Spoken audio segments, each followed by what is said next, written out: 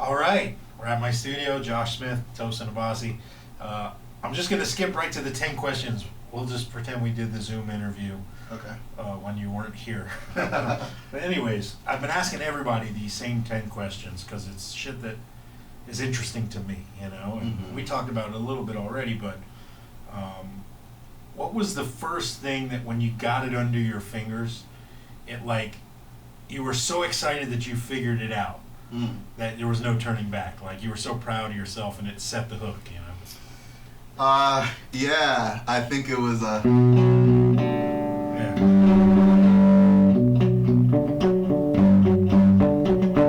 Yeah. So One by Metallica. Yeah. There's something about a riff that is iconic and like super simple. Oh yeah. Beginners love that. Yeah. Smoke on the water, if you will. Yeah. Yeah. And I could see like when you get that, how many times did you listen to that song before you learned it? You know what I mean? Dude, yeah, and that's even cooler if you're like obsessed with the song or the band, and then Yeah. you feel like you all of a sudden like you joined something. You know, you're like, hey, I can do that. And was that the first Metallica you heard, or did you know earlier Metallica? I worked backwards, so that was it. Yeah, it was See, kind me of too, because yeah. we're close to the same age, Uh-huh. and they would play that only at night on MTV, Yeah. and it would be that video, you And know. it's all like yeah. and it's kind of funny because MTV was such a lynch. It's like how I discovered a lot of music, honestly. Fuck yeah! I mean, 100%. Mhm. That's how I heard about Metallica. MTV, 100%. Like, and it was that song was the first one. Yeah. All right, cool. What's the first solo you ever learned, note for note?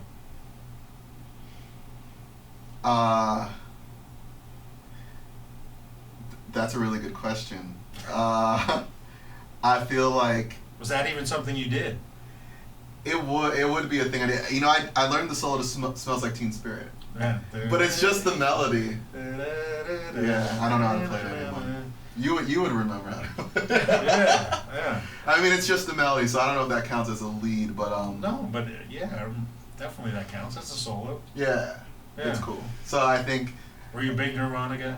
I was a big Nirvana guy. Yeah. To me, like if MTV is your only like window into music, like Nirvana was a band that was like on mainstream radio, but like to me they had a lot of sort of dark and complex music.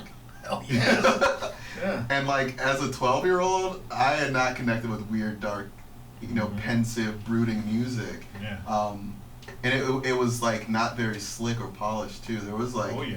there was Raw struggle and angst in there. Yeah, it was actually, for me, coming from a blues world, I actually liked it better than a lot of like the metal stuff that was, because towards the tail end of metal you got Cherry Pie and fucking Slaughter, and you know, like I had enough by that point, you know. Super polished and good Yeah, so it production. was nice that all of a sudden this new shit came along. I totally feel you. Yeah. All right, what's the first thing you play every time you pick up the guitar? Does your hand just go somewhere and play something? There's a chord. I don't know. It's like a Add 9. yeah with Always. All right. lately. What about, this may maybe not even apply to you, but like if you were trying out a guitar in a store, what would be the thing you would play to like let you know if you liked it? Would you just hit the same chord? Well, I try like lately. Yeah, it's like there's a certain like range of the guitar frequencies that I feel like transfer into a body of a guitar, and so I'll strike that chord as like a control, and I'll be like, oh, this is really resonant. Yeah. But you know, depending on what it is, like some necks are fast, some are, you know, so you end up maybe playing way different. At least for me, the guitar kind of dictates what I end up playing. Sure, absolutely. Yeah. All right. What key, style, song, groove, anything do you hear like in your head, like when you're driving or when you're cooking food or something? Do you have something that just like is a narration? I hear, you know, like some swinging improv, like like something swinging. Uh-huh. What do you hear something like that? The soundtrack to my Yeah, fucking soundtrack to- badassness. Yeah. I don't. Okay. All right. I don't. But I would let me try to answer that. Does things get stuck in your head easily, or no? Absolutely. Yeah. Almost like Is it what you're working on, or is it random shit? it'll be usually what I'm working on.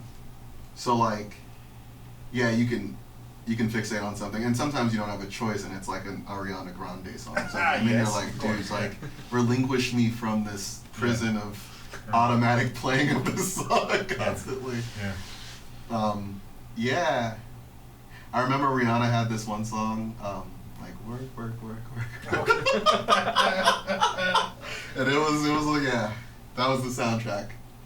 Well, if you're seeing her too, it's kind of okay then. I can have that stuff. Yeah. The picture isn't always so pretty. Yeah. All right. When did you feel like you kind of found your voice? Now you have an incredibly personal voice on the instrument. Was there a moment when you kind of like hit on it for the first time and you felt like, oh shit, this is something, I need to go further down this path? Yeah, I mean, I have all these influences who I think invented the stuff that I just try to re-articulate, but I think you are describing a moment where you kind of escape your influences and there's like more of you than that. Yeah. Yeah, I know there's this little tapping bit from our first record.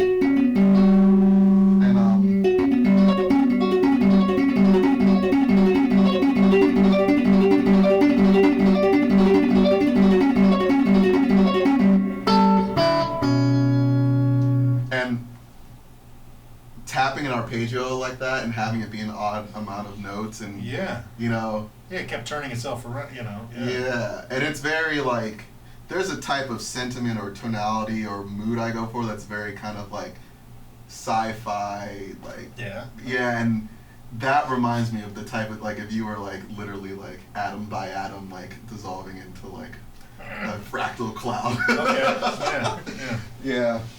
So That's cool. So where were you when you wrote that? I was on tour with one of my first bands, and I was somewhere in like South Carolina. I think we were staying with someone, and I had the guitar unplugged, and I was messing around. And I don't know if this happens to you, but sometimes like it's not like you were thinking of like a key but you just start doing a thing, and like you're like, whoa! It's almost like the riff already existed. Yeah. Yeah. I really like those moments, and that was one of those moments, and I was like, I don't think I've heard this before.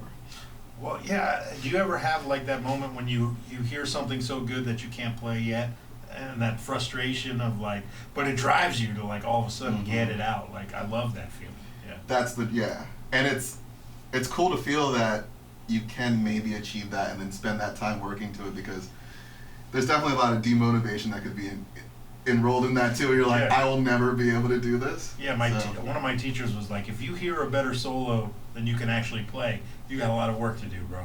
And it was like, yeah, you're right. Like, I do hear more stuff that I can't actually do, and it's like, I'm holding myself back. I think you're at a stage in your playing now where it's like, do I want to do that? Because I think there's part of that to it. Yeah, and we all get to this level of, and I don't mean it as a bad word, but of contentment. But it's a good thing to be like okay with who you are and where you're at. So like we were talking about Yngwie earlier, I know if I wanted to play like Yngwie, I would have done it already. So it must not have been that important to me, right? We all kind of reached that point where it's like we let certain things go because it's not important to us. You're not going to do all of it as well. So, yeah. All right. What's your biggest weakness on the guitar? The blues.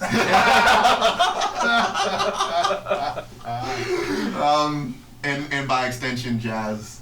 But I think improvisational playing is something I avoided for a long time because I was chasing this thing that usually was odd meter or not diatonic or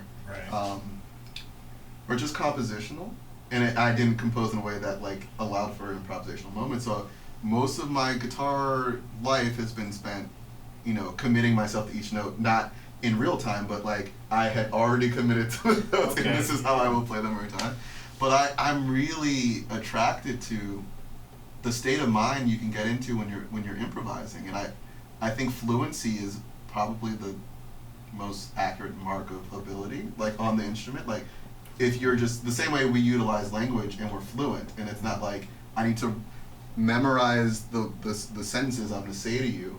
I think there's a degree of where I'm at, like the trajectory of my playing and where I want to spend the rest of my life is like being able to pick up the guitar and just without thought have some shit come out that you know, all the work has been done, and this is like I just get to use language now. It is. You know? That's an amazing feeling. I remember as a kid there was a prog band in my, you know, periphery as a kid, you know, or in my neighborhood. Mm-hmm. And there was this kid who everybody propped up as the best guitar player in high school, you know, in my school.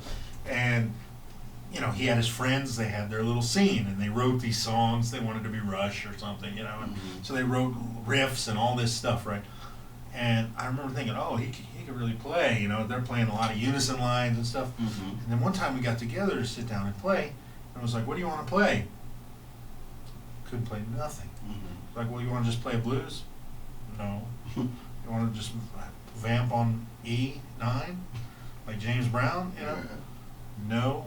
It was like, unless he had learned it with his band or written it, there was nothing else there. And that was an eye opener for me. Like, whoa, there's a lot of different lanes you could be in this little world. And until then, it was like I didn't know that. I thought we were all just musicians. You know? Which is a reasonable assumption. Yeah. But you realize you hadn't been wasting your time. Maybe. You're like Maybe learning to play, you know. Who's a huge influence on your playing that people would be really surprised to hear? That's a really good question. That people would be surprised to hear. I mean, a guitar player. No, it doesn't have to be a guitar player, but someone that's influenced your playing. Yeah. Sorry, I have a lot of like wild influences. I would say Square Pusher. Do you know who Square Pusher is? No, I don't know, so hit me. Yeah.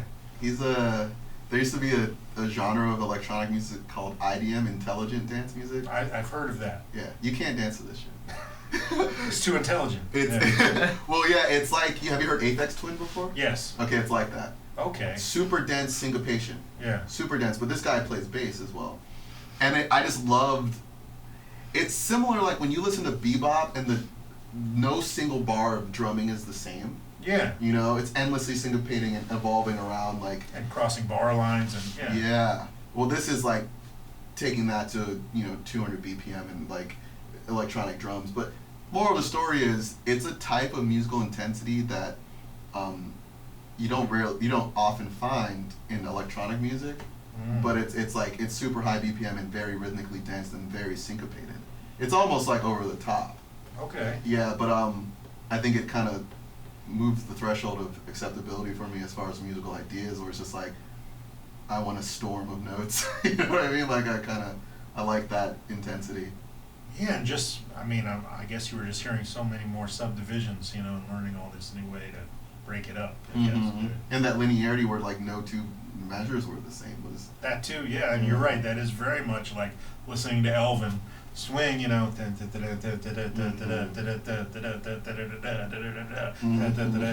like it's never the same. Yet you never lose it either. Like it's like always orbiting around a kind of thing. Yeah. That's cool, man. All right. I'll send you some. Yeah, please do. Yeah. All right.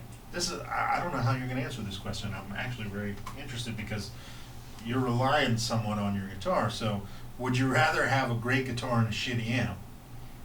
Or vice versa, shitty guitar and a great amp. Great guitar, shitty amp. Yeah. See, I'm the opposite. I need to have the amp more important to me than the guitar. Yeah. But you're dependent on not just like it has to be set up the way you need it set up and the range and the whole thing. So I get that. Yeah, I played your guitar. And yeah, it is like I'd have to work up to playing your guitar on a regular basis. Well, dude, I couldn't play. I couldn't play a single song on your guitar.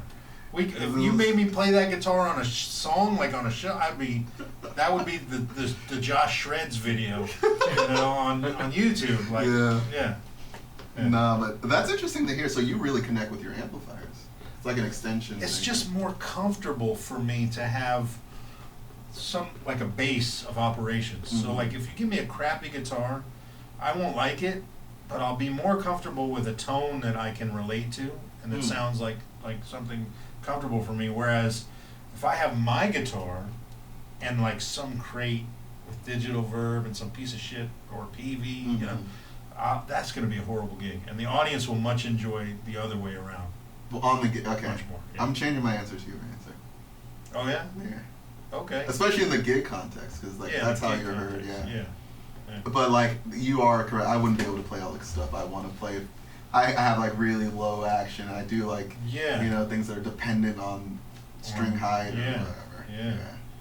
So. Have you ever had a situation like with travel where your guitars didn't make it and you had to play some 6-string or something on your gig? Literally couldn't do it on a 6-string, but we played in Chile and our flight was late, and so that meant our gear and the luggage was on like a delay. And luckily there was a music store that had 8 strings. Oh shit. Yeah. It worked out, and we like borrowed 2 8 strings, but like, it was like a 3-way instead of a 5-way, and it was like, there's a lot of differences. So when you're on tour, I think this might be different for you, but like my band, we don't really like deviate from like the song form, and like I'm always flipping, say, pickup position at the same point in the song. Yeah, it's compositional for you. The tone it goes with the song, and So the fact that this guitar was a different shape and different, selector, like it was a conscious annoyance in my. For sure, yeah. That's crazy. At least the gig went off. You made it. It was a sold out show, and we were like, how are we gonna find 8-string guitars in Chile right now? But there's actually a really crazy guitar community in Chile, and it's like that's amazing. Yeah, they have all. Yeah, it was perfect.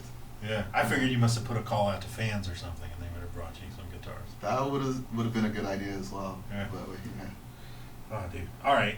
What keeps you pushing? So we've been talking during this whole quarantine, and you've been shedding, man. You're shedding blues. You've come up with a whole new fucking picking technique. You're working on music all the time. You're motivated, kind of like I feel I am, to be better all the time. What keeps that going? Do you just love it that much, or is it part of your personality, the drive? What keeps you pushing forward? All the above. Like, I think there's a personality trait. We were kind of talking earlier about you started at 6, and I'm like, not every 6-year-old is gonna like fixate on a hard thing to do and like with discipline go back to it. So I think we're already set up to kind of like focus, but I think there's a version of me in the future that's like doing things that the current me is not doing. And you want to get to that? I want to get to it. And part of it's fluency, because like I can make something and compose it and then redo that, but I think there's like a version of me that like can just manipulate the instrument in real time. But beyond that, like, I think it's happy accidents that I snag, and I'm like, oh my god, I can grow this into a more developed approach to playing. And then outside of my own like fixations of like what I have like managed to just randomly spit out and develop, there's players who I listen to where I'm like, man, I would love to sound even a little bit like that. Oh yeah, that's a big motivator too. Yeah. So I'm like checking out your stuff and like Eric Gale's, and I'm just really there's some inspiring playing that is very far from what I normally do, but I can see it in a way now that is like really attractive. And so I'm kind of pursuing like things that I didn't normally play in the past. That's awesome, man. And on a side note, is your personality, like, how are you with other hobbies? Like, if you get into something, do you go all the way, you can't help it? Yeah, it's like kind of annoying.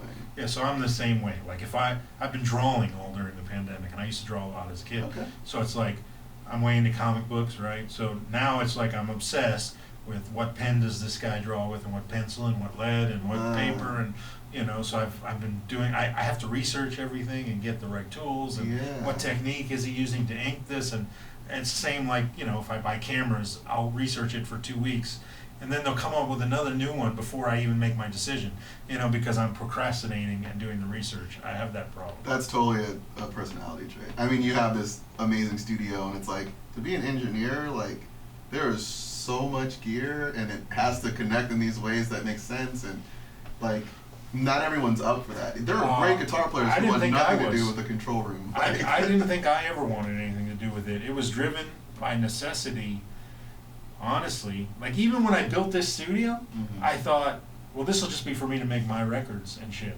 And I'll have engineers come over and engineer while we're recording, and it was like, oh wait, people want me to like record for them sessions and not go to another studio? Okay, I got to do that. That's okay. I figured that out. Wait, people want me to produce their records and come here? Like, I really need to learn Pro Tools? Like, not just one track, you know? I need to learn how to mic the drums and get the sound and do this and do that. And it's like, I didn't want to do any of those things. And now, yeah, I can do all that stuff. Like, I think it's awesome. And I think it's great you have, you know, pursuits outside of music too. It's like, it's almost like a general intelligence, general thing. Like, this is how I think of it. Like, your brain is kind of like the engine, and it can go to many destinations. Yeah. You know, there are some people who it's like, no, I'm a studio engineer, and they don't play guitar the way you do. But I think there are some people who it's like, kind of get deeply into a few things, and it's cool. Well, and the other thing is, most of it somehow ties its way back to this, you know. Yeah, you're better. All of this, like producing records, makes me a better guitar player, and definitely a better musician, just musician in general. Yeah, I will say, like, yeah, your tones and what you're doing with like signal routing and stuff is like, I could tell that like there had to be some part of the engineer in you that's like, why do I just plug one pedal into the next? I can literally like start doing these like, Which is funny for like a blues guy. I'm way nerdy, you know, like I can't help it. I want to, even if it's a piece of gear that doesn't work for me, I want to experience it so I can know what it is and what it does. And maybe it'll work good for a friend, and I can say, dude, this pedal didn't work for me, but it really worked good for you. I heard it. Like, that fits your shit.